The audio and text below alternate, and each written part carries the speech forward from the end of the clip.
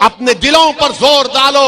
याद रखो, भारत की राजनीति में गरीबों को, मजलूमों को, पिछड़ों को भीख मांगने से हक नहीं मिलता, लड़ने से मिलता है। और ओवैसी लड़ने के लिए तुम्हारे दरमियान में खड़ा है। क्या तुम मेरा साथ दोगे?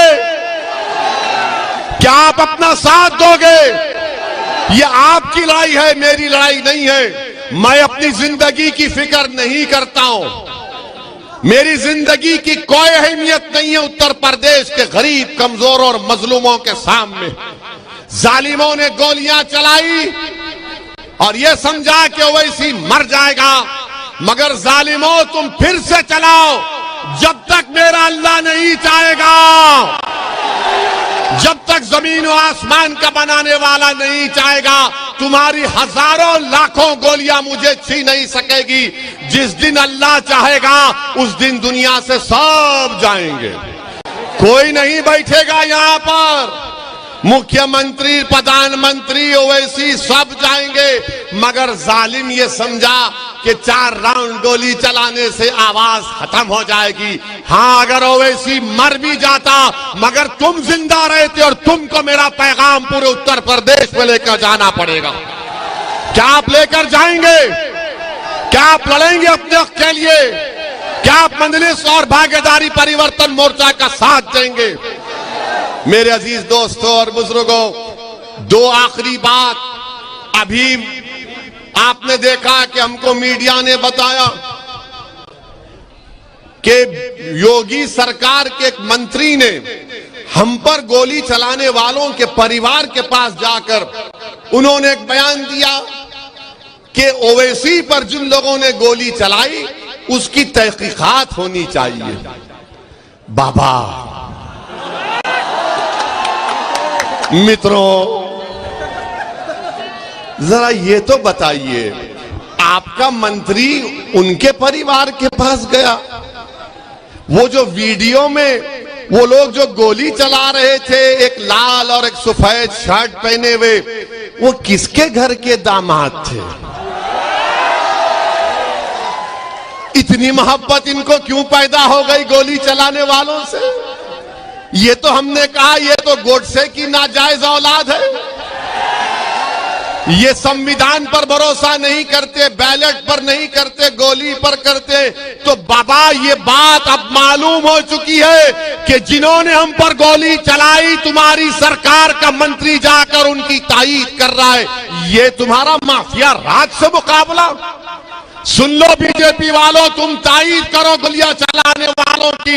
हमने पार्लियामेंट में भारत की सबसे बड़ी पंचायत में खड़े होकर अल्लाह उसके रसूल को हाजिर नाजिर जानकर हमने कहा, जब तक असदुद्दीन ओवैसी जिंदा रहेगा, जब तक अल्लाह रखेगा, मुझे सिक्योरिटी की जरूरत नहीं है। मौत मेरी हिफाजत करेगी इंशाअल्लाह ताला। ये सरकार का मंत्री जाकर जो हम पर गोलियां चलाते हैं उनकी तायीद करता है। तो बाबा ये तो तुमको झूठा बोल रहा है, बीजेपी की सरकार को झूठा बोल रहा है। मेरे अजीज दोस्तों और बुजुर्गों, बीजेपी सिर्फ झूठ बोल सकती है। आपको याद होगा लखीमपुर खीरी में वो टेनी का बेटा अपनी जीभ से 4 लोगों को उनकी हत्या कर देता है, मगर वो मंत्री बरकरार है। आज योगी का मंत्री जो हम पर गोलियां चलाते हैं उनके घर को जाता है। तो मालूम हुआ कि ध्रुवीकरण और तुष्टीकरण की राजनीति अगर कोई शुरू से करती आई है और करती रहेगी तो उसका नाम नरेंद्र मोदी और योगी आदित्यनाथ है। और उसके बाद हमसे कहते हैं कि तुम्हारी जान को खतरा है। अरे मेरे बाल को भी खतरा नहीं है, कुछ नहीं होगा इंशाअल्लाह ताला। अल्लाह अपने नबी मोहम्मद मुस्तफा सल्लल्लाहु अलैहि वसल्लम के सदक़े में अल्लाह ने हमेशा हमको कामयाब किया, आज भी कामयाब करेगा। और आखिरी बात, क्योंकि उड़न खटोले को उड़ना है, हमको जाना है, मगर एक बात कहूंगा, उस अल्लाह के वली के आस्थाने पर हम अपनी माँ और बहनों को देख रहे हैं। मैं उन माँ और बहनों से बड़ी अदब के साथ कहना चाहूंगा कि जब आप 20 तारीख को जाएंगे मतदान करने के लिए, अगर आप हिजाब और निकाब पहनती हैं तो फख्र के साथ पहनकर जाइए, इसलिए कि आपका राइट टू चॉइस है, यह आपका फंडामेंटल राइट है, यह आपका अधिकार है। भारत का संविधान आपको इख्तियार देता है कि आप जो कपड़ा पहनना चाहे कपड़ा पहनिए, जो खाना चाहे खाइए। ये कौन कहता है? सुप्रीम कोर्ट का जजमेंट पुट्टू स्वामी कहता है। और सुन लो, जो ये समझ रहे हैं कि सर पर टोपी पहनने से और सर पर हिजाब या निकाब पहनने से हमारे दिमागे, हमारी अकल पर पर्दा पड़ जाता है, नहीं दीवानों, तुम्हारी अकल पर पर्दा पड़ गया, हम तो आगे आना चाहते हैं। और इसीलिए जब मैंने कहा कि मेरी ख्वाहिश और मेरा ख्वाब यह है कि शायद मेरी जिंदगी में मेरी ये ख्वाहिश पूरी ना हो, मगर जो मासूम बच्ची, मेरी बेटी मेरी आवाज को सुन रही है, मैं उससे कहूंगा कि तुम्हें देश का प्रधानमंत्री बनेगे इंशाअल्लाह ताला हिजाब पहनकर। तुम बनोगे तो इंशाअल्लाह ताला तुम आगे जाओगे। अरे आप इनको पढ़ने से रोक रहे, और भारत के प्रधानमंत्री बोलते हैं कि पहले और दूसरे फेज के चुनाव में हमको मुस्लिम महिलाओं का वोट मिला। देश के प्रधानमंत्री, जो बच्ची पढ़ना चाहती है, कॉलेज जाकर ताकतवर बनना चाहती है, अपना हक हासिल करना चाहती है, भारत देश को सुपर पावर बनाना चाहती है, आपकी सरकार उनको रोक रही है, उनको दबा रही है। इसका जवाब भी आपको मिलेगा। मगर प्रधानमंत्री लंबी लंबी छोड़ते हैं, आदत है उनकी।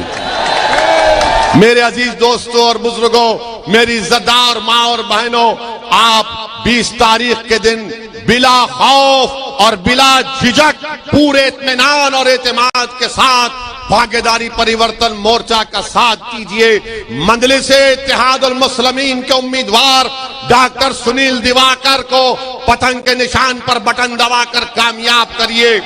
क्या 20 तारीख को कन्नौज की फिजाओं में और आसमानों में क्या नजर आएगा? क्या नजर आएगा? हर जगह पर पतंग होगी, आसमानों पर पतंग होगी, आसमानों पर पतंग होगी। और आप हमारे लिए भी दुआ करिए कि अल्लाह हमको जब तक जिंदा रखे, अल्लाह हमको एक बहादुर के तौर पर जिंदा रखे, अल्लाह हमको कभी मौत का डर हमारे दिलो दिमाग में, हमारी नस्लों में पैदा ना हो। बल्कि मैं तो सलाम करता हूं आपको कि आप ही की दुआएं थी, हमारी माँ और बहनों की दुआएं थी, अहले दिल की दुआएं थी कि अल्लाह ने हम पर करम किया। पहली मर्तबा आया हूं, आखिरी मर्तबा नहीं आऊंगा, बार बार आता रहूंगा। क्या आप अपने घर में मुझे बिठाकर जगह देंगे? क्या आप मुझे अपने घर में बिठाकर आप मुझे अपने बेटे के तौर पर, अपने भाई के तौर पर मुझसे मोहब्बत करेंगे? मैं उत्तर प्रदेश को आया हूं तो तुम्हारे दिल में जगह पाने के लिए, और कोई मेरा मकसद नहीं है। और अल्लाह मेरी इस नीयत को जानता है। अल्लाह आपको सलामत रखे। बहुत बहुत शुक्रिया। 20 तारीख को मेरे भाई डॉक्टर सुनील को कामयाब करिए और एक अपनी हिस्सेदारी की लड़ाई में हिस्सा अदा करिए। अस्सलाम वालेकुम व रहमतुल्लाह।